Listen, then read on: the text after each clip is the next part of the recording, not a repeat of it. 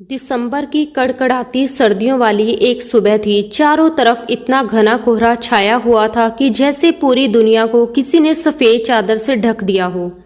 गुलबर्ग में खड़ी वह पुरानी और आलीशान हवेली थी। धुंध में आधी छिपी हुई सी लग रही थी। ठंडी हवाएं इतनी तेज और चुभने वाली थी कि बाहर खड़े रहना मुश्किल हो रहा था।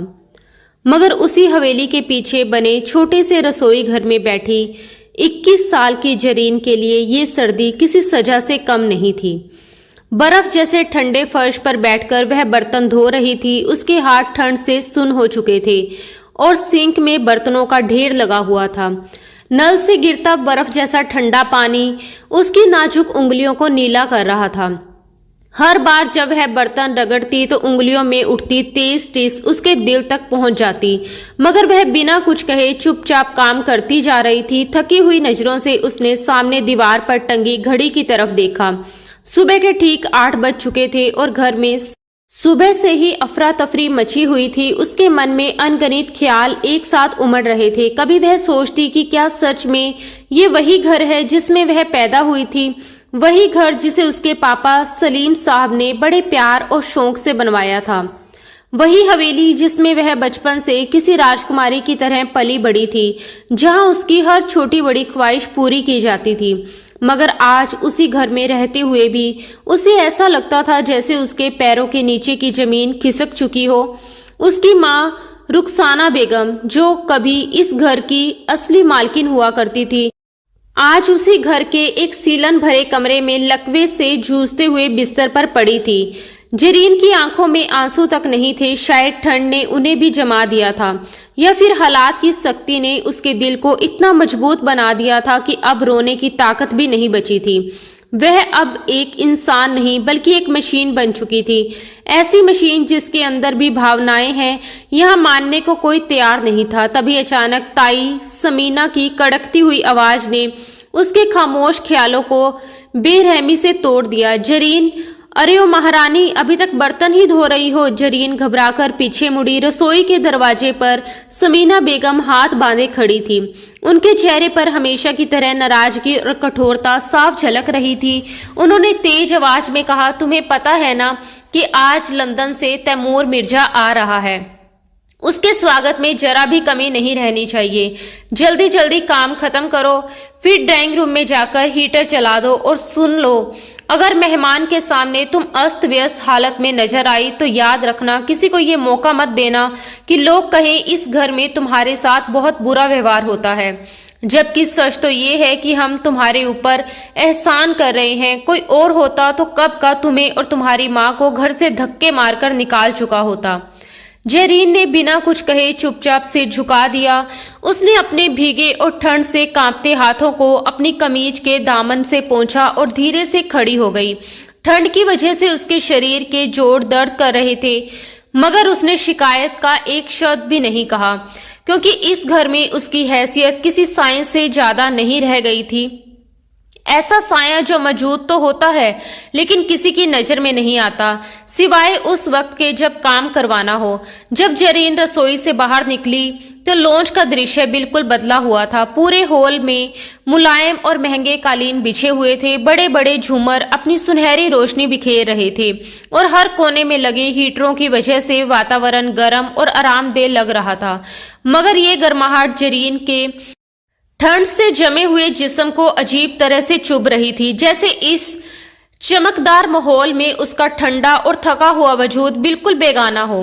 तभी सामने से उसकी चाची शबीना अपनी बेटी सना के साथ सीढ़ियों से नीचे उतरती दिखाई दी। सना ने नए फैशन का बेहद महंगा लंबा कोट और चमकदार बूट पहन रखे थे, जिससे उसकी अमीरी साफ झलक रही थी। उधर ताई जी की बेटी साइमा सोफे पर बैठी थी और एक मेकअप आर्टिस्ट बड़े ध्यान से उसके बाल सजा रही थी। उन्हें देखकर जरीन को अपनी पुरानी ऊनी चादर और घिसी हुई चप्पलों पर जरा भी शर्म महसूस नहीं हुई, बल्कि उसके दिल में एक अजीब सा तरस उमड़ आया। उसे लगा जैसे ये सब सिर्फ इसीलिए इतनी तैयारी कर रही हैं ताकि आने वाले अमीर मेहमान को अपनी खूबसूरती और ठाठ बाट से प्रभावित कर सकें, जबकि जरीन की बस इतनी सी ख्वाहिश थी कि आज का दिन किसी अपमान के बिना गुजर जाए और उसे अपनी बीमार माँ के पास बैठने के लिए थोड़ा सा वक्त मिल जाए।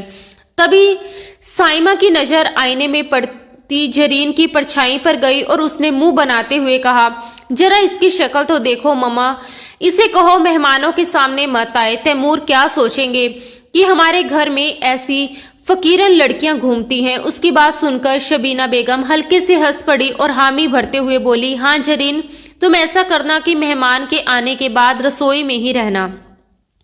बस जब मैं आवाज दूं तो ट्रे लेकर आ जाना और तुरंत वापस चली जाना।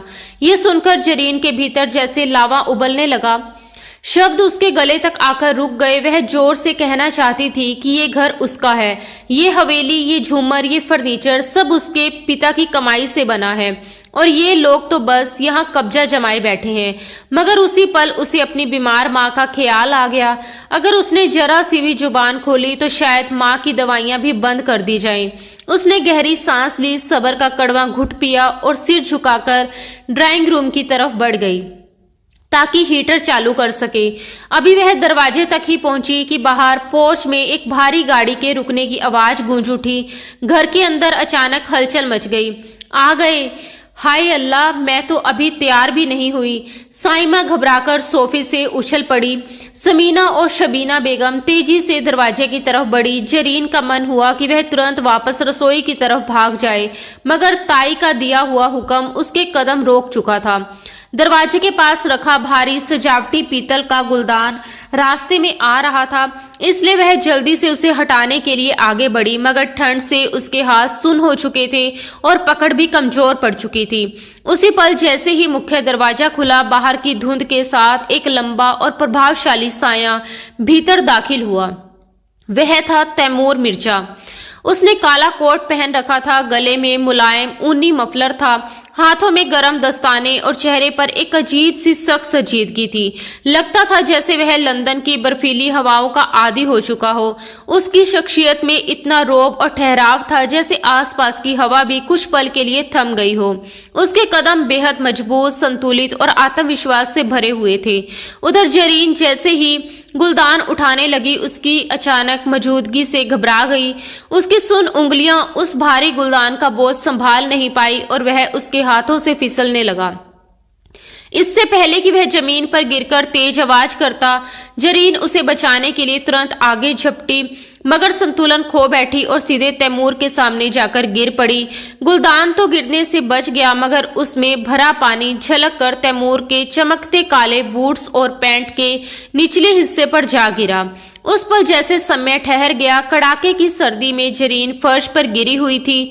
उसके घुटने में चोट लग चुकी थी और ठंडा पानी उसके कपड़ों में समा गया था, मगर उसे दर्द से ज्यादा डर महसूस हो रहा था।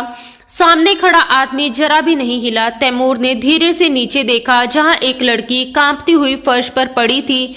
उसके जूते भीग चुके थे। उसके चेहरे पर कोई भाव नहीं था, ना गुस्सा ना हमदर्दी, बस एक गहरी खामोशी थी। उसने बेहद इम्तिनान से अपना चश्मा उतारा और जरीन की तरफ देखा। पीछे से साइमा और ताई जी घबराई हुई आवाज आई, वेलकम होम तैमूर। मगर तैमूर ने हल्का सा हाथ उठाकर उन्हें चुप रहने का इशारा कर दिया। उसकी नजरें अब भी सिर्फ फर्श पर गिरी जरीन पर टिकी हुई थी। उसकी आवाज ठंडी, सख्त और हुक्म देने वाली थी। उठो। उसकी आवाज भारी और बर्फ जैसी ठंडी थी, ऐसा हुक्म जिसे ठुकराना नामुमकिन था। जरीन लड़खड़ाते हुए खड़ी हुई। गिरने की वजह से उसकी पुरानी ऊनी चादर कंधों से खिसक गई थी, जिसे उसने घबराकर जल्दी जल्दी ठीक किया। उसके हाथ अब भी ठंड से सुन्न थे और दिल इतनी तेज धड़क रहा था कि उसे लग रहा था जैसे सबको उसकी धड़कनों की आवाज सुनाई दे रही हो। वह अपनी नजरें उठाने की हिम्मत नहीं कर पा रही थी। सामने खड़ा शख्स ऐसा था जिसकी मौजूदगी ही किसी दबाव की तरह महसूस हो रही थी। तैमूर ने बेहद सलीके से अपनी जेब से एक साफ रुमाल निकाला और पूरे इम्तिनान से अपने जूतों पर गिरा पानी पोंछने लगा। उसके हर हाव भाव में एक अजीब सा ठहराव और नफासत थी, जैसे उसे जरा भी जल्दी ना हो। फिर उसने सीधा होकर जरीन की तरफ देखा और उसके चेहरे को गौर से परखने लगा, मानो किसी अनजानी किताब के पन्ने पढ़ रहा हो। कुछ पल की खामोशी के बाद उसने सपाट आवाज में कहा, क्या इस घर में चलने के असूल नहीं सिखाए जाते या फिर नजर का कोई मसला है? उसके लहजे में कोई ऊंची आवाज नहीं थी, मगर शब्दों की धार इतनी तीखी थी कि वह सीधे दिल पर लगती थी। वह ताना नहीं मार रहा था, बल्कि ऐसे पूछ रहा था जैसे सामने वाले की पूरी शख्सियत को परख रहा हो। जरीन को उस पल ऐसा महसूस हुआ जैसे जमीन फट जाए और वह उसमें समा जाए। शर्म, डर और बेबसी सब मिलकर उसके भीतर तूफान मचा रहे थे, मगर उसने खुद को संभाला और धीरे धीरे सर उठाकर पहली बार उस अजनबी आदमी को गौर से देखा जो उसके सामने खड़ा था। तैमूर की आंखें गहरी झील जैसी थी, उनमें कोई भाव पढ़ पाना मुश्किल था। वह सिर्फ देख रहा था, जैसे सामने खड़ी लड़की के भीतर छुपी हर परत को समझ लेना चाहता हो।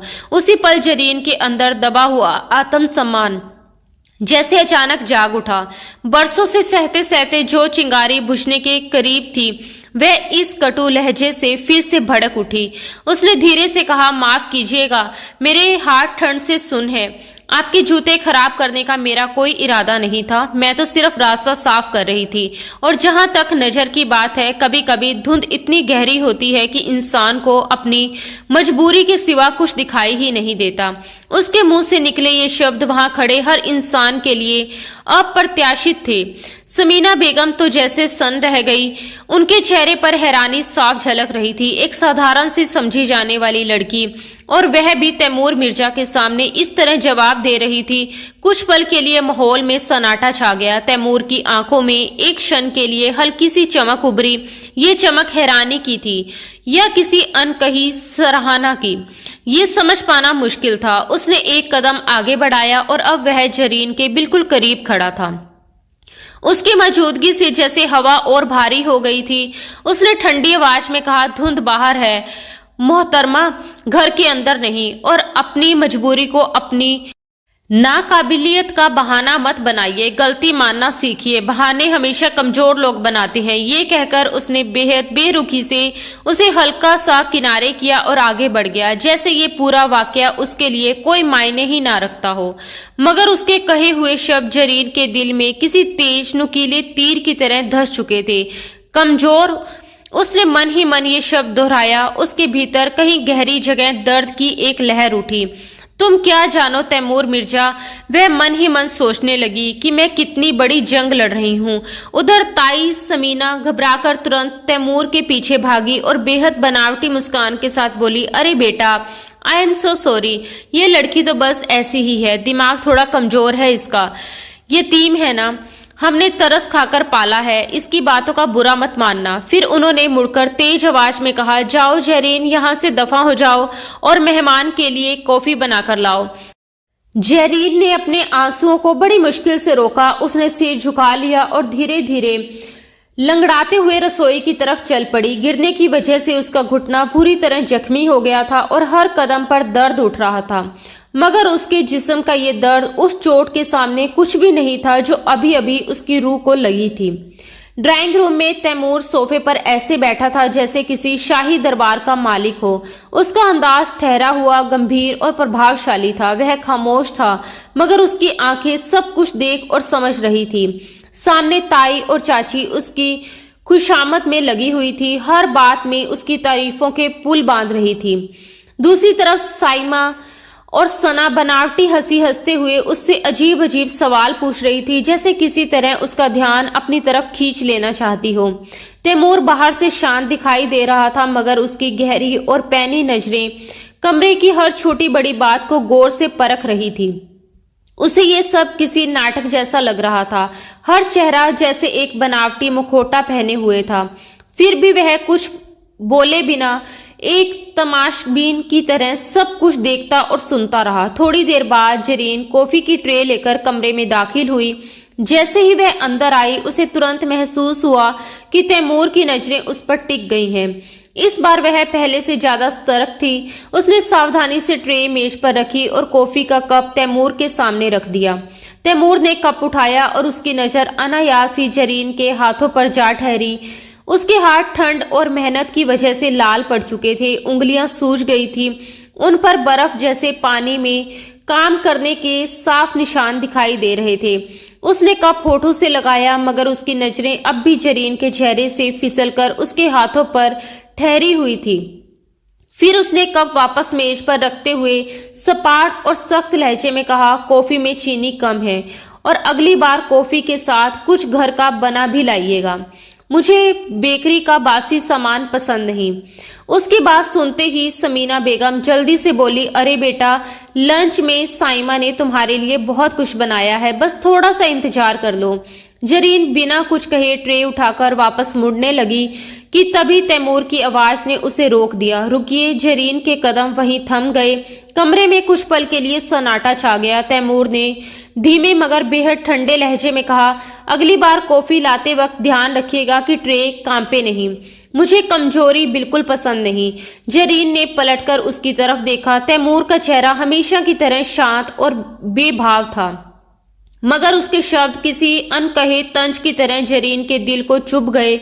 उसने चुपचाप सिर झुका लिया और बिना कुछ कहे वहां से चली गई। दोपहर के वक्त जब खाने का समय हुआ तो बड़ा सा मेज तरह तरह के लजीज पकवानों से सजा हुआ था। तैमूर मेज के सिरहाने वाली कुर्सी पर बैठा था और बाकी सब लोग उसके आसपास बैठे थे।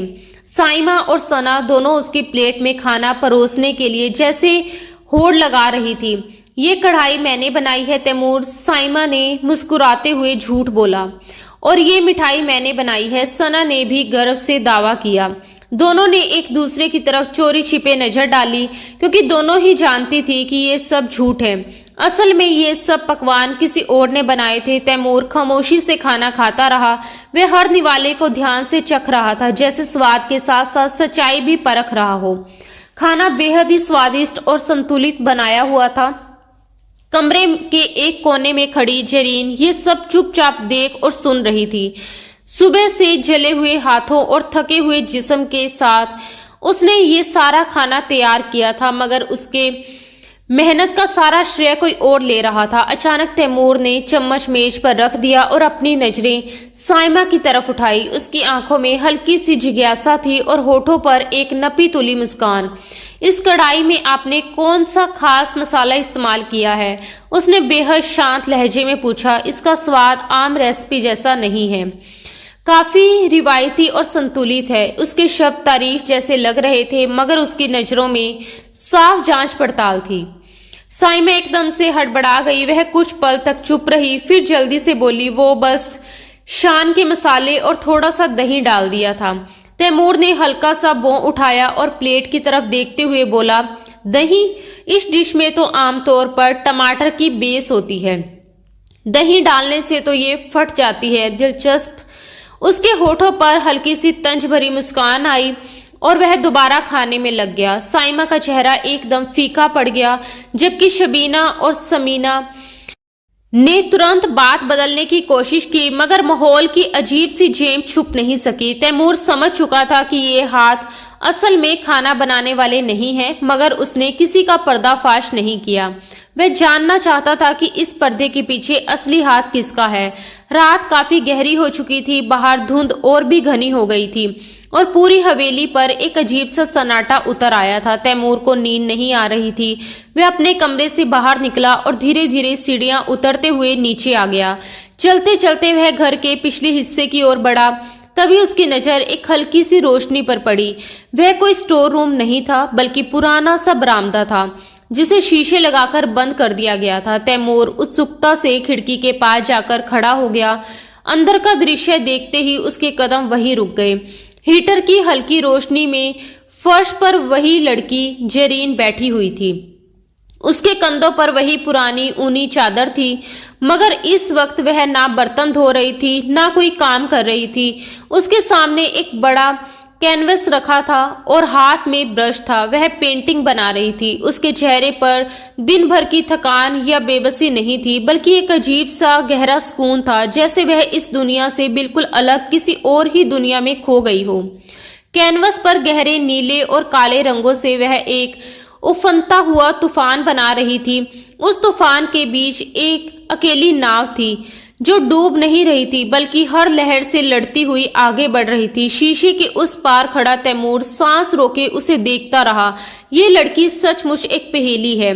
दिन में वही डरी सहमी सी नौकरानी जो कांपते हाथों से कॉफी परोसती है, और रात में वही लड़की एक कलाकार बन जाती है, जो अपने ब्रश से तूफान रच देती है। तैमूर की नजरें उसके चेहरे पर टिक गई। उसकी आंखों में गहरी वीरानी थी, मगर उसके हुनर में एक ऐसी आग थी जो बता रही थी कि उसके भीतर कितना कुछ दबा हुआ है। तैमूर ने महसूस किया कि इस लड़की के अंदर बहुत कुछ ऐसा है जिसे इस हवेली की दीवारों के पीछे दबाकर रखा गया है। वह कुछ देर तक वहीं खड़ा रहा, बिल्कुल खामोश, तमाशबीन की तरह, और फिर धीरे से वापस मुड़ गया। उसके दिल में एक फैसला जन्म ले चुका था, वह इस लड़की की असली कहानी जरूर जानेगा। वह यहाँ एक कारोबारी समझौते और तयशुदा शादी के इरादे से आया था, मगर उसे अंदाजा भी नहीं था कि उसका सामना एक बागी दिल से होने वाला है।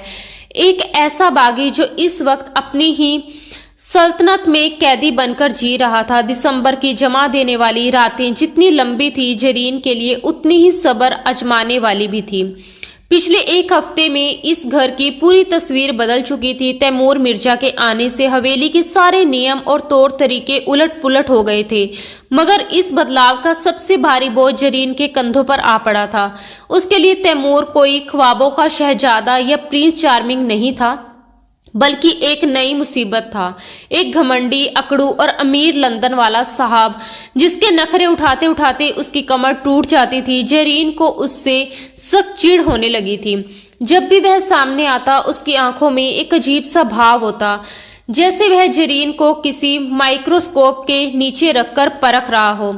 और जरीन के लिए वह बस एक और अमीर आदमी था, जिसे अपनी दौलत और अपनी खूबसूरत शख्सियत पर बहुत नाज था। अपनी इज्जत और खुददारी को बचाने के लिए वह उससे जितना हो सके दूर रहना चाहती थी, मगर मुश्किल ये थी कि तैमूर को कॉफी सिर्फ जरीन के हाथ की ही पसंद थी, और ये बात ताई समीना के लिए किसी मुसीबत से कम नहीं थी। मजबूरी ये थी कि मेहमान को नाराज भी नहीं किया जा सकता था। तैमूर का रोज का एक तयशुदा रूटीन बन गया था कि सुबह जल्दी घर से निकल जाना, शहर के बड़े आर्किटेक्ट्स और बिजनेस पार्टनर्स के साथ मीटिंग्स करना, अलग अलग साइट्स का मुआयना करना, और फिर शाम ढलते ढलते वापस हवेली लौट आना। उसकी वापसी का वक्त जैसे पूरे घर के लिए किसी छोटे त्योहार से कम नहीं होता था। शाम होते ही हवेली में अजीब सी हलचल शुरू हो जाती। साइमा और सना दिन भर या तो पार्लरों में वक्त बिताती या बाजारों में शॉपिंग करती, ताकि शाम को तैमूर के सामने कोई नया अंदाज, नया लिबास और नई अदाएं पेश कर सके। उस दिन भी शाम के करीब 7 बज रहे थे। लॉन्च में हीटर जल रहा था और हल्की गर्माहट पूरे कमरे में फैल रही थी। जेरीन एक कोने में खड़ी पर्दों की सलवटें ठीक कर रही थी। तभी मुख्य दरवाजा खुला और तैमूर अंदर दाखिल हुआ। आज उसने गहरे नीले रंग का सिलेकेदार सूट पहन रखा था और चेहरे पर दिन भर की थकान साफ दिखाई दे रही थी। जैसे ही वह अंदर आया, साइमा, जो पहले से ही पूरी तैयारी के साथ बैठी हुई थी, तुरंत अपनी जगह से उछलकर खड़ी हो गई।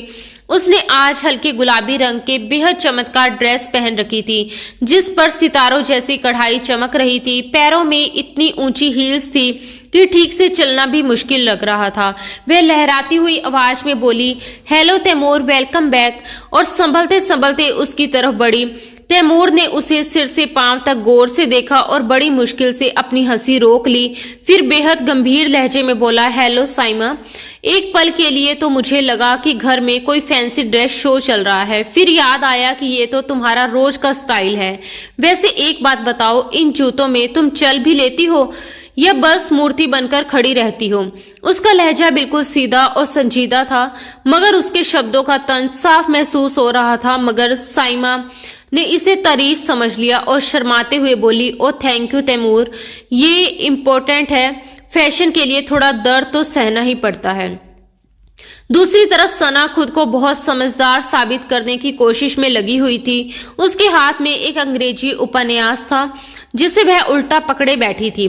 वह तैमूर की तरफ मुड़ी और बोली, तैमूर, मैं सोच रही थी कि तुम्हारे नए प्रोजेक्ट के आर्किटेक्ट पर तुमसे डिस्कस करूं।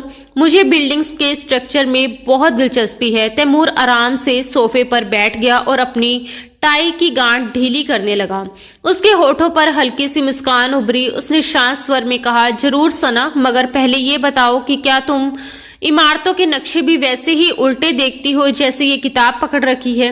सना घबराकर तुरंत किताब सीधी करने लगी, जबकि तैमूर ने खुलकर हंसने की बजाय बस हल्की सी मुस्कान अपने होठों पर रहने दी। जरीन ये सब चुपचाप देख रही थी। उसे तैमूर की हाजिर जवाबी पर हैरानी तो हुई, मगर ये सब उसे बेहद खोखला और बनावटी लगा। वह चुपचाप वहां से निकलने ही वाली थी कि अचानक तैमूर की आवाज ने जैसे उसके कदम रोक लिए। मिस जरीन, मेरी कॉफी। उसके लहजे में वही हुक्म देने वाली ठंडक थी जो जरीन को जहर जैसी लगती थी। उसने पलटकर देखा, तैमूर अब पूरी तरह गंभीर था और सीधा उसी तरफ देख रहा था। अभी लाती हूँ, उसने छोटा सा जवाब दिया और रसोई की तरफ बढ़ गई। किचन में पहुंचते ही उसने झुंझलाहट में एक बर्तन जोर से रख दिया और बड़बड़ाने लगी, खुद को समझता क्या है, बादशाह सलामत। जरा सी देर हो जाए तो माथे पर बल पड़ जाते हैं। अल्लाह करे इसकी कॉफी पीते वक्त इसमें मच्छर गिर जाए और वो मच्छर इसके पेट में जाने की बजाय सीधे इसके दिमाग में चला जाए। जब अपने ही दिमाग में भिनभिनाहट होगी तो दूसरों की कमियां निकालना भूल जाएगा। वह कुछ देर ऐसे ही बड़बड़ाती रही, मगर कॉफी बनाते वक्त उसने पूरी सावधानी बरती, क्योंकि वह ताई समीना की डांट बिल्कुल नहीं सुनना चाहती थी। कुछ ही देर बाद जब वह कॉफी की ट्रे लेकर वापस लॉन्ज में पहुंची तो वहां का नजारा बदल चुका था। ताई समीना और चाची शबीना आकर बैठ चुकी थी और दोनों पूरे उत्साह के साथ तैमूर की खुशामद करने में लगी हुई थी। जरीन ने चुपचाप कॉफी का कप तैमूर के सामने रख दिया। तैमूर ने कप उठाया, एक घुट लिया और कुछ पल के लिए आंखें बंद कर ली, जैसे स्वाद को परख रहा हो। फिर हल्की सी सांस छोड़ते हुए बोला, परफेक्ट। पूरे शहर में ऐसी कॉफी शायद ही कहीं मिलती हो। उसने कप मेज पर रखते हुए जरीन की तरफ देखा और कहा, मिस जरीन, क्या आपने कॉफी बनाने का कोई डिप्लोमा किया है या ये भी कोई खानदानी राज है? उसके सवाल में हल्की सी मुस्कान थी, मगर आवाज में वही ठहराव। जरीन ने उसकी तरफ देखा तक नहीं, वह बस वहां से जल्दी निकल जाना चाहती थी। उसने सपाट लहजे में जवाब दिया, हर काम के लिए डिग्री की जरूरत नहीं होती, कुछ चीजें मजबूरी सिखा देती हैं। इतना कहते ही ताई समीना ने उसे घूरकर देखा और झिड़कते हुए बोली, ज्यादा जबान मत चलाओ, जाओ जाकर बाकी काम देखो। जरीन मुड़कर जाने ही लगी थी कि तैमूर की आवाज फिर गूंजी, रुकिए, मैंने अभी बात खत्म नहीं की। जरीन के कदम वहीं थम गए। तैमूर कुछ पल उसे देखता रहा, फिर बोला, जरीन, आप दिन भर काम करती रहती हैं, क्या आपको कभी थकान महसूस नहीं होती? मैं देखता हूँ जब मैं सुबह घर से निकलता हूँ तब भी आप काम में लगी होती हैं और जब रात को लौटता हूँ तब भी। क्या आपको आराम करने का कोई वक्त नहीं मिलता? उसके सवाल में हमदर्दी थी या सिर्फ जिज्ञासा, ये समझना मुश्किल था, मगर जरीन को ये सब एक बनावटी दिलचस्पी जैसा लगा। उसने धीरे से सर उठाया। उसकी आंखों के नीचे थकान के गहरे साए थे, मगर उसकी आवाज चट्टान जैसी सख्त थी। गरीबों को थकने का हक नहीं होता मिस्टर तैमूर, और वैसे भी ये मेरा घर है। मैं यहाँ काम अपनी माँ और अपनी छत के लिए करती हूँ, किसी के एहसान तले नहीं हूँ। आप अपनी कॉफी एंजॉय कीजिए, मेरा फिक्र रहने दीजिए। इतना कहकर वह तेजी से मुड़ गई। इस बार तैमूर उसे रोक नहीं सका, वह बस खामोशी से उसे जाते हुए देखता रह गया। उस लड़की की खुददारी उसके दिल को अजीब तरह से छू रही थी। जितनी बार वह उसे किसी छोटे या दबे हुए माहौल में देखता, वह उतनी ही मजबूती से सामने खड़ी नजर आती। इसके उल्ट साइमा और सना की बनावटी अदाएं और बेवकूफी भरी हरकतें उसे और ज्यादा चिढ़ा रही थी। रात के खाने पर माहौल को खुशगवार बनाने की पूरी कोशिश की गई थी। डाइनिंग टेबल पर मुर्ग मुसल्लम, बिरयानी और तरह तरह के सलाद सजे हुए थे। ताई समीना और चाची शबीना के बीच जैसे एक खामोश मुकाबला चल रहा था कि कौन तैमूर की प्लेट में ज्यादा परोसे।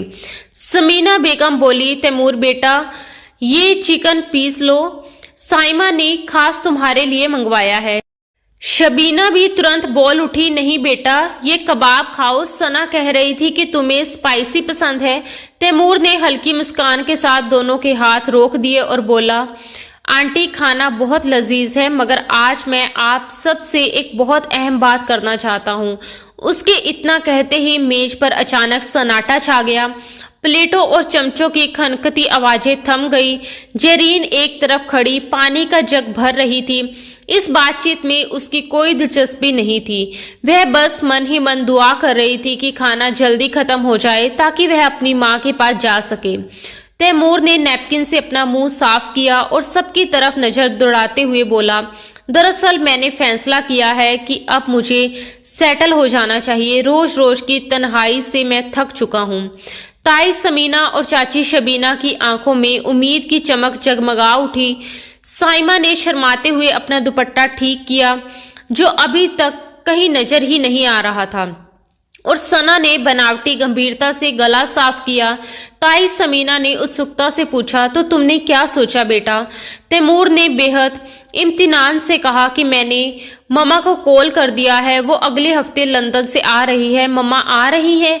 सब एक साथ बोल उठे। तैमूर ने सिर हिलाया, जी, और वो खाली हाथ नहीं आएंगी, वो अपने साथ हमारी खानदानी अंगूठी भी ला रही हैं। मैंने उन्हें बता दिया है कि मुझे कैसी लड़की पसंद है। वो आएंगी, खुद उस लड़की को देखेंगी और फिर मंगनी की रस्म अदा करेंगी। उसके होठों पर हल्की सी रहस्यमयी मुस्कान थी। कमरे में जैसे अचानक हलचल मच गई। ताई समीना ने मन ही मन तय कर लिया कि जरूर तैमूर ने साइमा को पसंद किया होगा, आखिर वह ज्यादा खूबसूरत है। वहीं चाची शबीना को पूरा यकीन था कि तैमूर सना की मॉडर्न बातों से प्रभावित हो चुका है। दोनों औरतों ने एक दूसरे की तरफ विजयी मगर छुपी हुई दुश्मनी भरी नजरों से देखा। अरे वाह, ये तो बहुत खुशी की बात है, समीना बेगम उत्साह से बोली। तुम्हारी मम्मा को तो हम सराखों पर बिठाएंगे, मगर बेटा ये तो बताओ कि तुमने उन्हें किसके बारे में बताया है? कोई इशारा तो दो। तैमूर ने पानी का गिलास उठाया और एक घुट लिया। उसी पल उसकी नजर अनायास ही जरीन की तरफ उठी, जो बिल्कुल बेपरवाह से दीवार की तरफ देख रही थी, जैसे इस पूरी बातचीत में उसका कोई लेना देना ही ना हो। इस खबर से उसे जरा भी फर्क नहीं पड़ता था। तैमूर हल्की सी मुस्कान के साथ बोला, मैंने मम्मा से कहा है कि मुझे ऐसी लड़की चाहिए जो सिर्फ घर सजाना ही ना जानती हो, बल्कि घर संभालना भी जानती हो, जो हीरे जवाहरात की नुमाइश ना करे, बल्कि जिसका किरदार ही खुद हीरे की तरह चमके। और मुझे पूरा यकीन है कि मेरी पसंद पर मम्मा भी अपनी मोहर लगा देंगी। आप लोग बस तैयारी रखिए। उसकी इस बात ने ताई और चाची दोनों को उलझन में डाल दिया। घर संभालना और अच्छा किरदार, दोनों को लगा कि ये सारी खूबियां तो उनकी बेटियों में कूट कूट कर भरी हुई है।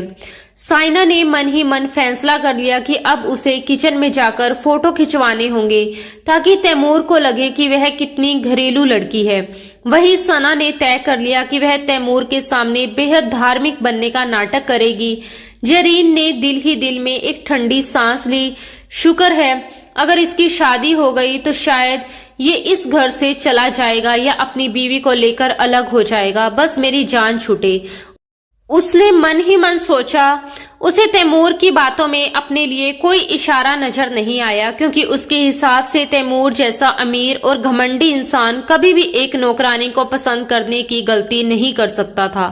खाने के बाद जब जरीन रसोई में बर्तन समेट रही थी, तैमूर पानी पीने के बहाने किचन में आ गया, मगर जरीन ने उसे पूरी तरह नजरअंदाज करते हुए अपना काम जारी रखा। तभी तैमूर ने अचानक कहा, तैयार रहना जरीन। जरीन चौंक कर उसकी तरफ मुड़ी। किस लिए? बर्तन तो मैं धो रही हूँ, और क्या तैयारी करनी है? तैमूर हल्के से हंसा और बोला, मेहमानों की आमद की, घर में रौनक लगने वाली है। और हाँ, मेरी कॉफी में चीनी थोड़ी कम रखा करो, जिंदगी में पहले ही बहुत मिठास आने वाली है। इतना कहकर वह एक पहेली जैसा जुमला उछालते हुए वहां से चला गया, और जरीन वहीं खड़ी रह गई। उसके माथे पर बल पड़ गए। पागल आदमी, उसने बड़बड़ाते हुए सिर झटक दिया। पता नहीं किस बेचारी की किस्मत फूटने वाली है जो इस मगरूर इंसान के साथ बंधेगी। उसे क्या पता था कि तैमूर की जिंदगी की असली मिठास उसी के हाथों की बनी कॉफी से जुड़ी हुई है। उधर लॉन्च में ताई और चाची ने अपनी अपनी बेटियों को ट्रेनिंग शुरू कर दी थी। साइमा, कल से तुम सुबह जल्दी उठोगी और तैमूर के सामने नमाज पढ़ोगी, ताई ने हुक्म दिया। और सना, तुम कल से जींस नहीं पहनोगी, सलवार कमीज निकालो, चाची ने सख्त हिदायत दी। हवेली अब किसी जंग के मैदान जैसी लगने लगी थी। उधर तैमूर अपने कमरे में खिड़की के पास खड़ा था। उसके हाथ में कॉफी का कप था और वह नीचे आंगन में फैली धुंध और टिमटिमाती रोशनियों को देख रहा था। उसने धीमे से खुद से कहा, बहुत जल्द मिस जरीन, आपको पता चल जाएगा कि तैमूर मिर्जा क्या चीज है? आप जिस पिंजरे में कैद हैं उसकी चाबी मेरे पास है। उसके होठों पर हल्की सी मुस्कान आ गई। जंग का बेगुल बज चुका था और आने वाला हफ्ता फैसला करने वाला था। पूरे शहर पर दिसंबर की वह रात किसी आफत की तरह उतरी थी। आसमान जैसे फट पड़ा था और मूसलाधार बारिश कहर बनकर बरस रही थी। तेज हवाओं के झोंके हवेली की खिड़कियों से टकरा रहे थे, जैसे अंदर घुसने की जिद कर रहे हों। मगर हवेली के पिछवाड़े बने जर्जर कमरे में इससे भी बड़ा तूफान उठा हुआ था। जरीन की मां रुखसाना बेगम, जो कई सालों से फालिज की मार झेलते हुए खामोशी में पड़ी थी, अचानक बुरी तरह तड़पने लगी थी। उनकी सांसें उखड़ रही थी, चेहरा नीला पड़ चुका था और वे हवा के लिए मछली की तरह झटपटा रही थी। जरीन की हालत पागलों जैसी हो गई थी। उसने माँ का सर अपनी गोद में थाम रखा था। उसके आंसू लगातार गिर रहे थे। अम्मी, हिम्मत रखो अम्मी, मैं भी डॉक्टर को लेकर आती हूँ, आपको कुछ नहीं होगा। उसकी कांपती आवाज कमरे में गूंज रही थी। उसने माँ को तकिए का सहारा दिया, जल्दी से दुपट्टा सर पर लिया और भागती हुई बाहर निकल पड़ी। आंगन में पानी भर चुका था और बारिश की बूंदें किसी तेज सुई की तरह चुभ रही थी। मगर जरीन को कुछ महसूस ही नहीं हो रहा था। वह दौड़ते हुए मुख्य इमारत के दरवाजे तक पहुंची और जोर जोर से दरवाजा पीटने लगी। अंदर गहरा सन्नाटा था। सब लोग गहरी नींद में सो रहे थे। ताई जान, खुदा वास्ते दरवाजा खोलिए। चाची जान, मेरी माँ मर रही है, मुझे गाड़ी की चाबी दे दीजिए या एम्बुलेंस को फोन करने दीजिए। उसकी चीखें बारिश के शोर में दबती जा रही थी। वह लगातार अपनी मुट्ठियों से भारी लकड़ी का दरवाजा पीटती रही। काफी देर बाद जब उसकी उम्मीदें टूटने लगी थी, तब जाकर दरवाजा थोड़ा सा खुला। सामने ताई समीना का नींद से भरा और चिड़ा हुआ चेहरा नजर आया। उन्होंने झुंझलाकर कहा, ये क्या मुसीबत है जरीन? आधी रात को क्यों तमाशा मचा रखा है? जिन भूतों की तरह क्यों चिल्ला रही हो? और फिर सख्ती से उसे डांट दिया। जरीन लगभग उनके पैरों में गिरने ही वाली थी। वह कांपती आवाज में बोली, ताईजान, अम्मी की सांस रुक रही है, खुदा के लिए ड्राइवर को बुला दीजिए या गाड़ी की चाबी दे दीजिए, हमें तुरंत अस्पताल जाना है वरना वो मर जाएगी। ताई ने उसे तिरस्कार भरी नजर से देखा और फिर आसमान की ओर देखते हुए झुंझलाकर बोली, पागल हो गई हो क्या?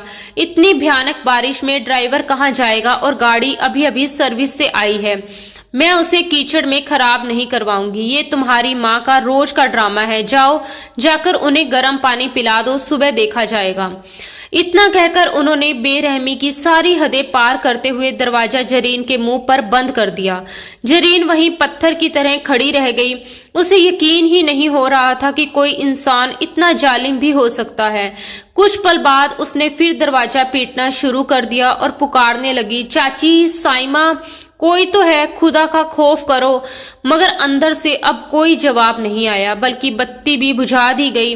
मायूस और टूटे हुए दिल के साथ जरीन बारिश में भीगती हुई वापस पोर्च की ओर दौड़ी। उसने सोचा शायद गेट खोलकर सड़क पर पहुंच जाए और कोई रिक्शा ही मिल जाए। हालांकि इस भयानक तूफान में ये लगभग नामुमकिन था। वह तेजी से गेट की ओर भाग रही थी कि अचानक कीचड़ में उसका पैर फिसल गया और वह मुंह के बल जमीन पर गिर पड़ी। उसके घुटने और कोहनियां छिल गई, कपड़े कीचड़ से लथपथ हो गए और वह वहीं जमीन पर बैठकर फूट फूट कर रोने लगी। उसने आसमान की ओर देखकर फरियाद की, या अल्लाह, कोई मदद भेज दे, मेरी माँ को बचा ले। उसकी पुकार जैसे बारिश और तूफान के शोर को चीरती हुई ऊपर तक पहुंच गई। तभी अचानक अंधेरे को चीरती हुई तेज हेडलाइट की रोशनी उसके चेहरे पर पड़ी। गेट खुला और तैमूर की काली गाड़ी तेजी से अंदर दाखिल हुई। तैमूर आज एक लेट नाइट मीटिंग से लौट रहा था। पोर्च के फर्श पर बारिश में भीगी हुई एक लड़की को देखकर उसने तुरंत ब्रेक लगा दिए। वह गाड़ी से उतरा नहीं, बल्कि लगभग छलांग लगाकर बाहर आया। कुछ ही पलों में बारिश ने उसका महंगा सूट पूरी तरह भिगो दिया। जरीन, उसने हैरानी और सदमे से उसे देखते हुए कहा, तुम यहाँ क्या कर रही हो? जरीन ने भीगी आंखों से उसकी ओर देखा। उस पल उसे तैमूर में कोई घमंडी अमीर आदमी नहीं, बल्कि उम्मीद की एक किरण नजर आई। वह लड़खड़ाते हुए उठी, उसकी कमीज पकड़ ली। तैमूर, मेरी माँ, वो मर जाएगी, प्लीज अस्पताल ले चलिए।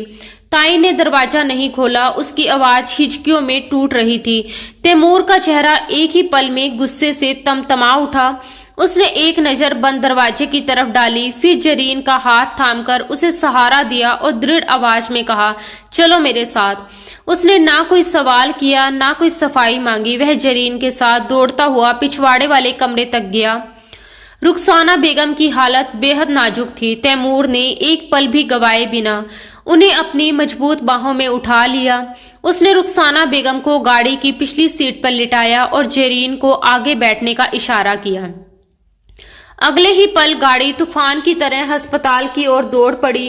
रास्ते भर जरीन बार बार पीछे मुड़कर अपनी मां को देखती रही, जबकि तैमूर पूरी तेजी से गाड़ी चला रहा था। उसका चेहरा बेहद गंभीर था, मगर उसकी आंखों में जरीन के लिए ऐसी चिंता झलक रही थी जिसे शायद वह खुद भी समझ नहीं पा रहा था। अस्पताल पहुंचते ही तैमूर ने इमरजेंसी वार्ड में मानो हड़कंप मचा दिया। डॉक्टर तुरंत हरकत में आ गए और इलाज शुरू कर दिया गया। जरीन बाहर बेंच पर भीगी हुई और कांपती बैठी थी। सर्दी उसकी हड्डियों तक उतर चुकी थी। थोड़ी देर बाद तैमूर कहीं गया और वापस लौटा तो उसके हाथ में गर्म कॉफी का कप और एक शॉल थी। उसने चुपचाप शॉल जरीन के कंधों पर डाल दी। जरीन ने चौंक कर उसकी ओर देखा। तैमूर ने धीरे से कहा, पी लो, तुम्हें हिम्मत की जरूरत है। उसकी आवाज बेहद नरम थी।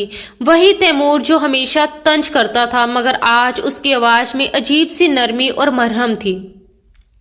थोड़ी देर बाद डॉक्टर बाहर आए और गंभीर स्वर में बोले कि मरीज अब खतरे से बाहर है, लेकिन उनकी हालत बेहद कमजोर है। उन्होंने बताया कि साफ लग रहा है कि उन्हें कई महीनों से ठीक तरह का खाना और दवाइयां नहीं मिली, इसलिए ये सिर्फ बीमारी नहीं बल्कि साफ साफ लापरवाही का नतीजा है। डॉक्टर ने यह भी कहा कि अगर उन्हें अस्पताल लाने में आधा घंटा भी और देरी हो जाती तो शायद उन्हें बचाया नहीं जा सकता था। डॉक्टर के ये शब्द जरीन के दिल पर भारी पत्थर की तरह आ गिरे। वह भीतर से शर्म और दर्द से भर गई, मगर तैमूर की मिठियां गुस्से से कस गई। उसने दृढ़ आवाज में डॉक्टर से कहा, डॉक्टर, अब किसी तरह की लापरवाही नहीं होगी। आप उनका सबसे अच्छा इलाज शुरू कीजिए। पैसों की बिल्कुल चिंता मत कीजिए, बस वो पूरी तरह ठीक हो जानी चाहिए। उसके बाद तैमूर वार्ड के अंदर गया। रुखसाना बेगम आधी बेहोशी की हालत में थी। तैमूर उनके सिरहाने खड़ा हुआ और बेहद नरम आवाज में बोला, आंटी, आप फिक्र मत कीजिए, आपके बुरे दिन खत्म हो गए हैं। अब आपका बेटा आ गया है। दरवाजे पर खड़ी जरीन ये सब सुन रही थी। उसे समझ नहीं आया कि तैमूर खुद को उनका बेटा क्यों कह रहा है और वह अचानक इतना दयालु क्यों हो गया है। मगर उस पल उसके दिल में तैमूर के लिए गहरी कृतज्ञता भर गई। उसने सोचा कि शायद ये आदमी बाहर से जितना सख्त और घमंडी दिखता है, अंदर से उतना ही इंसानियत से भरा हुआ है। अगली सुबह सूरज निकलते ही हवेली में एक नया हंगामा खड़ा हो गया। रात की घटना की खबर ताई और चाची तक पहुंच चुकी थी, लेकिन शर्मिंदा होने की बजाय वे इस बात पर नाराज थी कि तैमूर जरीन और उसकी मां को अस्पताल ले गया था। हालांकि उन्हें अपनी सफाई देने का ज्यादा मौका नहीं मिला, क्योंकि आज घर में एक बहुत बड़ा दिन था। तैमूर की मां बेगम मुमताज मिर्जा लंदन से आ रही थी। पूरे घर को दुल्हन की तरह सजाया गया था। ताई और चाची ने अपनी बेटियों को ऐसे तैयार किया था जैसे वे किसी हुस्न के मुकाबले में जा रही हों। साइमा ने लाल रंग का खूबसूरत शरारा पहना हुआ था, जबकि सना ने हल्के नीले रंग का फैंसी गाउन पहन रखा था। दोनों के चेहरे पर बनावटी मुस्कानें सजी हुई थी। तैमूर, जो पूरी रात जागने के बाद अस्पताल से होकर आया था, नहा धोकर लॉन्च में मौजूद था। आज वह पारंपरिक सफेद सलवार कमीज और काले वेस्ट कोट में था। उसकी शख्सियत मानो सब पर भारी पड़ रही थी। उधर जरीन भी अस्पताल से वापस आ चुकी थी, क्योंकि उसकी मां की हालत अब पहले से काफी बेहतर हो गई थी। उन्हें छुट्टी देकर वह घर ले आई थी। रात के मुकाबले अब उनकी हालत में काफी सुधार था, लेकिन हवेली पहुंचते ही ताई ने उसे सख्त आवाज में आदेश दिया था कि वह मेहमानों के सामने बिल्कुल ना आए और पर्दे के पीछे रहकर सिर्फ खाने पीने का इंतजाम देखे। जरीन ने थकी हुई आंखों और पीले पड़े चेहरे के साथ हमेशा की तरह सिर झुका लिया और चुपचाप रसोई के दरवाजे की ओट में खड़ी हो गई। तभी बाहर गाड़ी का हॉर्न बजा और बेगम मुमताज मिर्जा बड़ी शान और गरिमा के साथ हवेली के अंदर दाखिल हुई। वह एक नफासत और समझदारी से भरी हुई महिला थी, जिनकी शख्सियत में तैमूर जैसी ही तेज बुद्धिमानी झलक रही थी। ताई और चाची ने बड़े गर्मजोशी से उनका स्वागत किया। उन्हें फूलों के हार पहनाए गए और पूरे अदब के साथ अंदर लाया गया।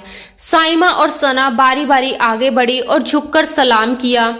मुमताज बेगम ने मुस्कुराकर कहा, माशाअल्लाह, कितनी प्यारी बच्चियां हैं। ताई तुरंत मौके का फायदा उठाते हुए बोली, भाभी, ये साइमा तो बिल्कुल घर गृहस्थी में माहिर है।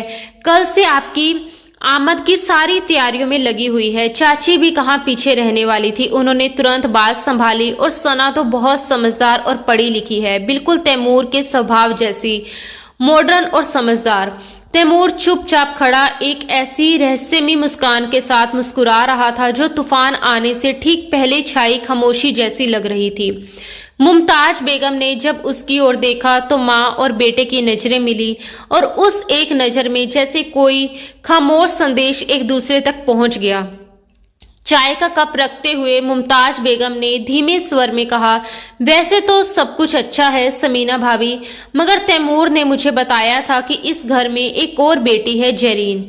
जैसे ही ये नाम लिया गया, ताई और चाची दोनों के चेहरे का रंग उड़ गया। साइमा ने नाखुशी से मुंह पिचका लिया। ताई ने जल्दी से बात संभालते हुए कहा, अरे वो तो बस रसोई में ही रहती है, नौकरों के साथ घुल मिल गई है। उसका रंग रूप भी ऐसा नहीं है कि आपके सामने आए। तभी तैमूर ने ऊंची आवाज में पुकारा, जरीन, जरा यहाँ आओ। उसकी आवाज में ऐसा आदेश था कि कोई उसे रोक नहीं सका। जरीन, जो पर्दे के पीछे खड़ी सब कुछ सुन रही थी, कांपते कदमों के साथ बाहर आई। उसने एक साधारण सा सूती जोड़ा पहन रखा था। दुपट्टा सलीके से सर पर ओढ़ा हुआ था और चेहरे पर मेकअप का नामो निशान नहीं था, मगर रात भर की जागी हुई आंखों में जो थकान, मासूमियत और गहराई थी, वह किसी भी बनावटी सजावट से कई ज्यादा असरदार थी। वह सिर झुकाए चुपचाप खड़ी हो गई।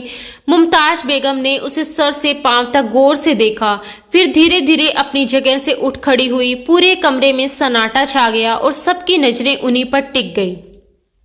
वह धीमे कदमों से साइमा और सना के पास से गुजरी और सीधे जरीन के सामने जाकर रुक गई। जरीन ने घबराकर धीरे से सर उठाया। मुमताज बेगम ने बड़े स्नेह से उसके सर पर हाथ रखा और नरम आवाज में बोली, हीरे को चाहे जितनी भी मिट्टी में दबा दो, उसकी चमक छिप नहीं सकती। फिर उन्होंने अपने पर्स से एक पुरानी मखमली डिबिया निकाली। ये देखकर ताई और चाची की सांसें जैसे थम गई। मुमताज बेगम ने डिबिया खोली तो उसमें एक बेहद कीमती पारिवारिक पन्ना और हीरे की अंगूठी चमक रही थी। उन्होंने जरीन का दायां हाथ अपने हाथ में लिया। जरीन के हाथ खुरदरे और ठंडे थे। उसकी उंगलियों पर हल्का सा जला हुआ निशान भी था। मुमताज बेगम ने उस हाथ को प्यार से चूमा और सबके सामने वो अंगूठी जरीन की तीसरी उंगली में पहना दी। जरीन का मुंह हैरानी से खुल गया, उसकी आंखें फैल गई। उसे लगा जैसे वह कोई सपना देख रही हो। कमरे में जैसे बम फट गया हो। ताई समीना का चेहरा एकदम काला पड़ गया। वह कुर्सी की पीठ पकड़कर खड़ी रह गई, जैसे उनके पैरों से जान निकल गई हो। चाची शबीना के हाथ से प्लेट गिरते गिरते बची, जबकि साइमा और सना के चेहरों से हवाइयां उड़ने लगी। ताई चीखती हुई बोली, ये आप क्या कर रही हैं भाभी? इस 2 टके की लड़की को, हमारे घर की नौकरानी को तैमूर की पत्नी बनाएंगी? अब तक शांत खड़ा तैमूर आगे बढ़ा और उसने जरीन के कंधे पर मजबूती से हाथ रखकर उसे अपने पास कर लिया। उसकी आवाज गूंजती हुई ठोस थी, ये नौकरानी नहीं बल्कि इस घर की असली वारिस है ताईजान, और सिर्फ घर की ही नहीं, ये तैमूर मिर्जा के दिल की भी वारिस है। मुझे गुडियों को सजाने का शौक नहीं है, मुझे एक सच्चा हमसफर चाहिए, और वो मुझे उस बारिश वाली रात कीचड़ में लथपथ अपनी माँ के लिए तड़पती हुई मिली थी, ना कि मेकअप की परतों के पीछे। जरीन ने भीगी पलकों से तैमूर की ओर देखा। उसकी आंखों में अब वह तंज और घमंड नहीं था, बल्कि एक अजीब सा अपनापन और जिम्मेदारी झलक रही थी। जरीन अभी भी हैरान खड़ी थी। उसकी उंगली में चमकती अंगूठी उसे भारी लग रही थी, लेकिन तैमूर का साथ उसे कई ज्यादा मजबूत महसूस करवा रहा था। ये उसकी जिंदगी का सबसे बड़ा झटका था। और उसके विरोधियों के लिए एक करारा सबक था। हवेली के ड्राइंग रूम में जैसे समय थम सा गया था। मुमताज बेगम के हाथों से पहनाई गई वह हीरे की अंगूठी जेरीन की खुरदरी उंगलियों में सितारों की तरह चमक रही थी, मगर उसकी चमक ने ताई समीना और चाची शबीना की आंखों को चकाचौंध कर दिया था। उनके दिलों में जलन की आग भड़का दी। कमरे में पसरा हुआ सन्नाटा किसी आने वाले तूफान का संकेत दे रहा था, जिसे ताई समीना की भारी चीख ने तोड़ दिया। ये हरगिज नहीं हो सकता, ये धोखा है। जरूर इस लड़की ने तुम लोगों पर कोई जादू कर दिया है। एक नौकरानी आपके घर की बहू बनेगी, और मेरी साइमा का क्या? हमने बरसों से इस रिश्ते का इंतजार किया है। गुस्से और अपमान से ताई का चेहरा उदास हो चुका था और वह पूरी तरह आपे से बाहर हो चुकी थी। तैमूर, जो अब तक जेरीन के कंधे से कंधा मिलाकर एक मजबूत दीवार की तरह खड़ा था, एक कदम आगे बढ़ा। उसके चेहरे पर फैली ठंडी मुस्कान गुस्से से कई ज्यादा डरावनी लग रही थी। उसने धीमी मगर गूंजती आवाज में कहा, बस बहुत हो गया ताईजान। रिश्तों का इंतजार नहीं किया जाता, रिश्तों का सम्मान किया जाता है, और वह आपने कभी नहीं किया। हॉल में एक अजीब सी खामोशी छा गई। तैमूर ने सबकी ओर देखते हुए आगे कहा, आप लोग जिस लड़की को नौकरानी कह रही हैं, वह आज से मिस्टर तैमूर मिर्जा की पत्नी है, और मेरी पत्नी की बेइज्जती मेरी अपनी बेइज्जती है। उसके इन शब्दों के साथ जैसे फैसला सुनाया जा चुका था, सना और साइमा के चेहरे एकदम सफेद पड़ गए। वे हारे हुए कदमों से अपने अपने कमरे की ओर चली गई। अब उन्हें वह बनावटी रूप भी उतारकर फेंकना था, जिसे उन्होंने जबरदस्ती अपने ऊपर ओढ़ रखा था। उसी दिन और उसी समय पास की मस्जिद से मौलवी साहब को बुला लिया गया। जरीन अब भी सदमे और खुशी के मिले जुले एहसास में डूबी हुई थी। उसे समझ ही नहीं आ रहा था कि ये सब सच है या वह कोई सपना देख रही है। उसने वही साधारण सा सूती जोड़ा पहन रखा था, लेकिन जब मुमताज बेगम ने अपने सर से लाल दुपट्टा उतारकर उसके सर पर रखा तो उसका चेहरा चौदहवीं के चांद की तरह दमक उठा। फिर वह पल आया जब 3 छोटे से शब्द कबूल है, कबूल है, कबूल है ने जरीन की पूरी तकदीर बदल दी। निकाह बेहद सादगी से हुआ। गवाह के तौर पर हवेली के पुराने नौकर मौजूद थे, जिनकी आंखें खुशी से नम हो गई थी। उन्होंने अपनी आंखों से उस मासूम लड़की पर बरसों तक होते जुल्म देखे थे, और आज जब उसकी जिंदगी में खुशियों ने दस्तक दी थी तो वे भी भावुक हो उठे। हर नौकर ने दिल से दुआ मांगी कि अब उसकी जिंदगी खुशियों से भर जाए। दूसरी तरफ ताई, चाची और उनकी बेटियां कमरे के कोने में खड़ी जैसे मातम मना रही थी। निकाह के तुरंत बाद तैमूर ने ऐलान किया कि वह जरीन और रुखसाना बेगम को लेकर अपने नए घर जा रहा है। ये सुनकर ताई समीना ने मन ही मन राहत की सांस ली। उन्हें लगा कि चलो मुसीबत टल गई, हवेली तो उनके ही पास रहेगी। उन्होंने सोचा कि तैमूर भले हाथ से निकल गया, मगर अब वे अपनी बेटियों के लिए किसी और अमीर घराने का रिश्ता ढूंढ लेंगी। लेकिन उन्हें ये नहीं पता था कि तैमूर अभी अपना आखिरी पत्ता खेलना बाकी रखे बैठा है। जरीन ने कांपते हाथों से अपनी मां को व्हीलचेयर पर बिठाया। रुखसाना बेगम की आंखों में अब होश की हल्की सी चमक लौट आई थी।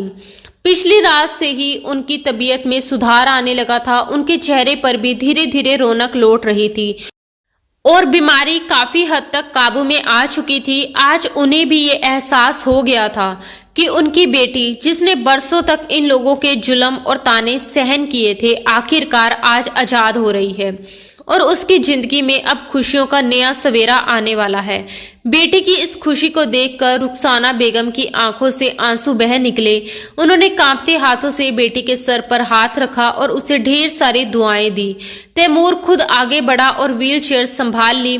जब वे सब पोर्च तक पहुंचे तो बारिश थम चुकी थी, हवा धुली हुई थी और उसमें एक ताजा खुशबू घुली हुई थी, जैसे नई शुरुआत का पैगाम दे रही हो। तैमूर ने जरीन को गाड़ी में बिठाया और खुद ड्राइविंग सीट संभाल ली। जैसे ही गाड़ी हवेली के फाटक से बाहर निकली, जरीन ने पीछे मुड़कर उस घर को देखा, वही घर जहां उसने बचपन से जवानी तक सिर्फ दुख, ताने और तकलीफें ही झेली थी। मगर आज वह वहां से सर उठाकर जा रही थी एक नई जिंदगी की ओर। करीब आधे घंटे की ड्राइव के बाद गाड़ी डिफेंस के एक बेहद शांत और खूबसूरत इलाके में बने एक आधुनिक शैली के बंगले के सामने आकर रुकी।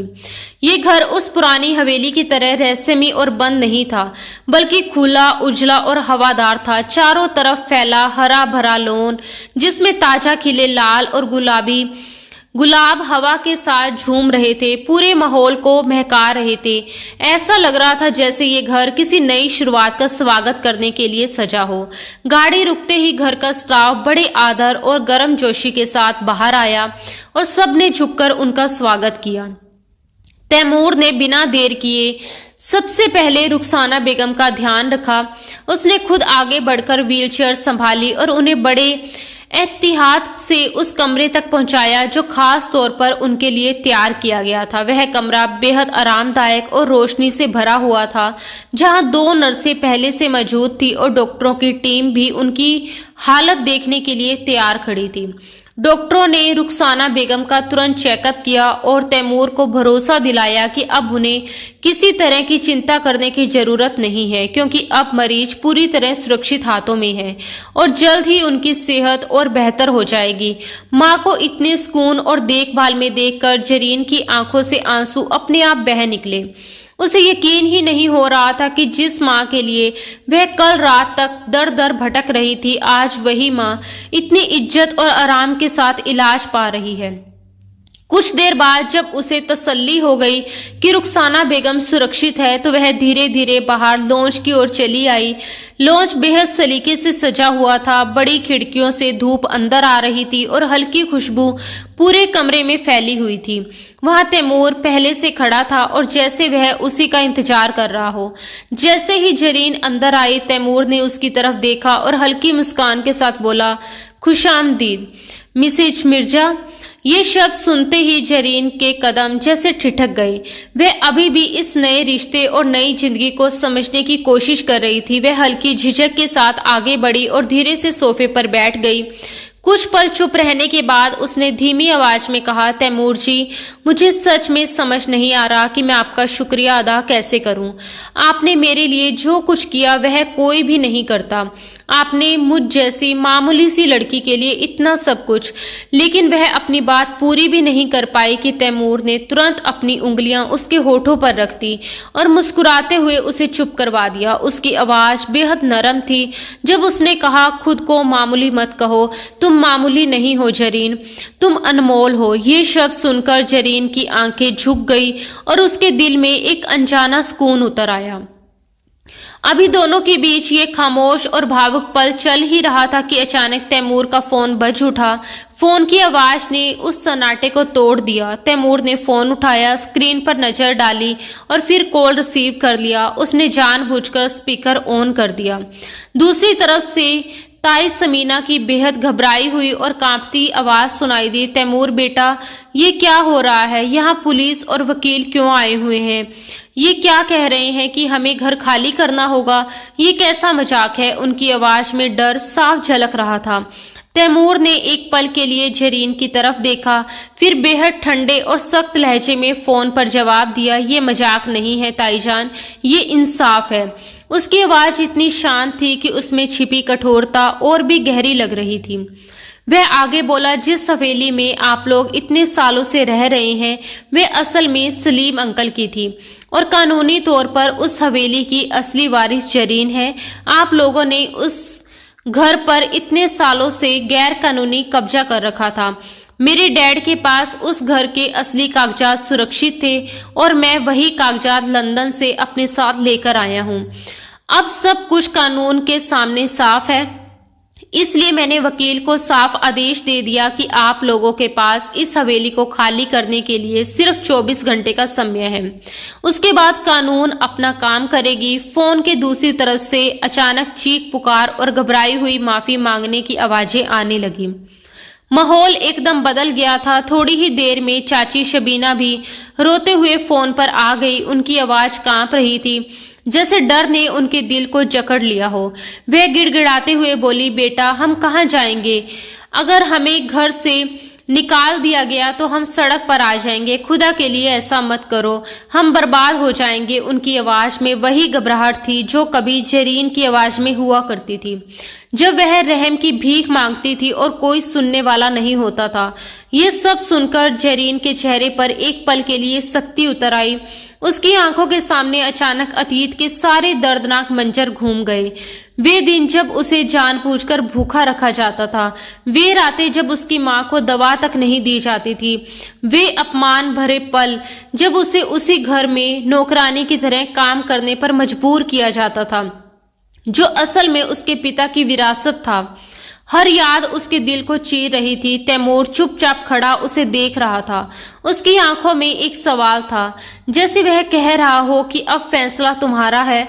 उसने धीमे लेकिन स्पष्ट शब्दों में कहा, उन्हें निकाल दो जरीन, उन्होंने तुम पर बहुत जुल्म किए हैं। उसके शब्दों में उकसावा था, मगर फैसला फिर भी जरीन के हाथ में ही था। कुछ पल तक कमरे में खामोशी छाई रही, फिर जरीन धीरे धीरे उठी और शांत कदमों से चलते हुए तैमूर के करीब आ गई। उसने बिना कुछ कहे तैमूर के हाथ से फोन ले लिया। जैसे ही फोन उसके हाथ में आया, दूसरी तरफ अचानक सन्नाटा छा गया। वहां मौजूद हर शख्स जैसे सांस रोककर जरीन के फैसले का इंतजार कर रहा था। जरीन ने गहरी सांस ली और ठहराव भरी आवाज में कहा, ताईजान, मैं जरीन बोल रही हूँ, वही जरीन जिसे आपने कल रात बारिश में धक्का देकर घर से बाहर निकाल दिया था। उसके शब्द शांत थे, मगर उनमें ऐसी सच्चाई थी जिसने दूसरी तरफ बैठे लोगों को चुप करवा दिया। कुछ ही पल में वहां से धीमी धीमी सिसकियों की आवाज आने लगी। जरीन कुछ क्षण के लिए रुकी, फिर बोली, मेरा दिल चाहता है कि आज मैं आपको वही सब महसूस करवाऊं जो मैंने और मेरी मां ने बरसों तक सहा है। बेघर होना, लवारिस होना और हर पल बेबस महसूस करना। ये कहते हुए उसकी आंखों में दर्द भी था और ताकत भी थी। तैमूर अपनी पत्नी को गौर से देख रहा था। उसकी आंखों में गर्व और प्यार साफ झलक रहा था। लेकिन अगले ही पल जरीन ने गहरी सांस ली और अपनी आवाज को और स्थिर करते हुए कहा, लेकिन मैं सलीम साहब की बेटी हूँ और मेरा दिल आप लोगों जैसा नहीं है। मुझे वह हवेली नहीं चाहिए, क्योंकि वह घर अब मेरे लिए सिर्फ दर्द और अपमान की याद बन चुका है। मुझे मेरा असली घर मिल चुका है और मेरा घर वह है जहाँ मेरा रक्षक मेरे साथ खड़ा है। उसने एक पल के लिए तैमूर की तरफ देखा, फिर फोन पर बोली, आप लोग उसी हवेली में रहिए, लेकिन बस इतना याद रखिएगा कि ये घर अब आपकी ताकत नहीं बल्कि मेरी दी हुई खैरात है। उसी लड़की की खैरात जिसे आप 2 टके की समझते थे। ये कहकर जरीन ने बिना कोई और शब्द कहे फोन काट दिया। तैमूर उसे हैरानी और बेहद गहरे प्यार भरी नजरों से देख रहा था, क्योंकि जरीन उससे लिपटी खड़ी थी। कुछ पल बाद उसने धीमी आवाज में पूछा, तुमने उन्हें माफ कर दिया? वो इसके काबिल तो बिल्कुल नहीं थे। जरीन के होठों पर हल्की सी मुस्कान उभरी। उसने धीरे से सिर हिलाया और बोली, नहीं तैमूर, मैंने उन्हें माफ नहीं किया। मैंने तो बस उन्हें अपने एहसान के नीचे दबा दिया है। अगर मैं उन्हें घर से निकाल देती तो शायद लोग उन्हें मुजरिम समझते, उनके लिए हमदर्दी पैदा हो जाती। लेकिन अब वे जिंदगी भर शर्मिंदगी के साथ जिएंगे। जब भी उस घर की दीवारों, दरवाजों और छत को देखेंगे तो उन्हें हर बार ये एहसास होगा कि ये सब उन्हें खैरात में मिला है, उसी लड़की की खैरात जिसे वे 2 टके के समझते थे। वे थोड़ी देर रुकी, फिर शांत आवाज में बोली, और सच कहूं तो मैं नफरत का इतना भारी बोझ उठाकर अपने नए घर में कदम नहीं रखना चाहती थी। तैमूर ने बिना कुछ कहे अचानक उसके दोनों हाथ थाम लिए और उन्हें अपने होठों से छू लिया। उसकी आंखों में गर्व और मोहब्बत साफ दिखाई दे रही थी। वह मुस्कुराकर बोला, मैंने कहा था ना, मुझे हीरे की पहचान है। तुम सच में मेरे दिल की वारिस हो। रात पूरी तरह भीग चुकी थी। नए घर की छत पर हल्की हल्की बूंदाबांदी हो रही थी, बिल्कुल वैसे ही बारिश जैसे उनकी पहली मुलाकात के वक्त हुई थी। मगर उस रात की बारिश में दर्द था और आज की बारिश में सुकून। तैमूर और जरीन छत की रेलिंग के पास खड़े थे। जरीन ने एक खूबसूरत शॉल ओढ़ रखी थी और तैमूर ने उसे अपने बाजुओं के घेरे में ले रखा था। सामने पूरा शहर रोशनी से नहाया हुआ चमक रहा था। तैमूर ने झुककर धीरे से फुसफुसाया, जरीन। जरीन ने पलके उठाकर उसकी तरफ देखा। जी। तैमूर ने उसकी आंखों में देखते हुए पूछा, तुम्हें पता है मैंने तुम्हें अपना दिल कब दिया था? जरीन ने मासूमियत से सिर हिलाया। तैमूर हल्का सा मुस्कुराया और बोला, उस पहली रात जब तुम मेरे महंगे जूतों पर गिर पड़ी थी। जरीन ने तुरंत शरारत से भौहें चढ़ाई और सच, तैमूर हंस पड़ा। नहीं, उस वक्त तो मुझे तुम पर बहुत गुस्सा आया था। असल में मुझे तुमसे प्यार तब हुआ जब मैंने तुम्हें उस टूटी हुई खिड़की के पास छुपकर पेंटिंग करते हुए देखा था। तुम अपने कैनवास पर तूफान बना रही थी, लेकिन तुम्हारे चेहरे पर अजीब सा सुकून था। उस पल मैंने सोचा कि जो लड़की इतने दुखों और तकलीफों के बीच रहकर भी अपनी कला को मरने नहीं देती, वह कितनी मजबूत होगी। उसी वक्त मैंने तय कर लिया था कि मुझे ऐसी ही जीवन संगिनी चाहिए जो मेरी बेरंग दुनिया में सच्चे रंग भर सके। जरीन की आंखों में हल्की नमी चमक उठी। वह धीमी से बोली, मुझे तो लगा था कि आपको साइमा या सना जैसी मॉडर्न लड़कियां पसंद आएंगी। मैं तो बहुत साधारण हूँ। तैमूर ने तुरंत उसका चेहरा अपने हाथों में थाम लिया। उसकी आवाज में गहराई थी। सादगी ही तो सबसे बड़ा आकर्षण होती है जरीन। तुम उस कॉफी की तरह हो जिसमें चीनी भले कम हो, मगर उसकी खुशबू और असर बहुत देर तक रहता है। बाकी लड़कियां सोडा वाटर जैसी थी, थोड़ी देर शोर मचाया और फिर सब खत्म। लेकिन तुम सुकून हो। और तैमूर मिर्जा को अब जिंदगी में सिर्फ सुकून चाहिए। वह थोड़ा झुककर उसके करीब आया और धीमे से बोला, और अभी इसी वक्त मुझे उस सुकून की जरूरत है जो सिर्फ तुम मुझे अपनी बाहों में समेट कर दे सकती हो। उसकी बात सुनकर जरीन के गाल शर्म से लाल हो गए। तभी तैमूर ने अपनी जेब से एक छोटी सी चीज निकाली। वह वही पेंट ब्रश था जिसे जरीन उस रात इस्तेमाल कर रही थी। तैमूर ने मुस्कुराकर कहा, ये मैंने वहीं से चुरा लिया था। जरीन हैरानी से बोली, क्यों? तैमूर ने शरारती अंदाज में जवाब दिया, ताकि मैं अपनी जिंदगी का कैनवस तुम्हारे हवाले कर सकूं। जरीन, क्या तुम मेरे बेरंग दिनों को अपने रंगों में सजा दोगी? जरीन ने मुस्कुराते हुए वह ब्रश लिया और हल्के से तैमूर के सीने पर रख दिया। फिर बोली, मैं कोई बहुत बड़ी आर्टिस्ट तो नहीं हूँ तैमूर साहब, मगर वादा करती हूँ कि आपकी जिंदगी में कभी उदासी का सलेटी रंग नहीं आने दूंगी। तैमूर ने उसे और करीब खींच लिया। इस बीच बारिश थोड़ी तेज हो गई थी, मगर दोनों को उसकी बिल्कुल परवाह नहीं थी। तैमूर ने उसके कान के पास झुककर फुसफुसाया, वैसे एक बात कहूँ? जी, जरीन ने धीरे से पूछा। तैमूर मुस्कुराया और बोला, अब कॉफी में चीनी मत डालना, क्योंकि तुम्हारे आने से मेरी जिंदगी में मिठास वैसे ही आ चुकी है। मुझे कॉफी अब भी कड़वी ही पसंद है।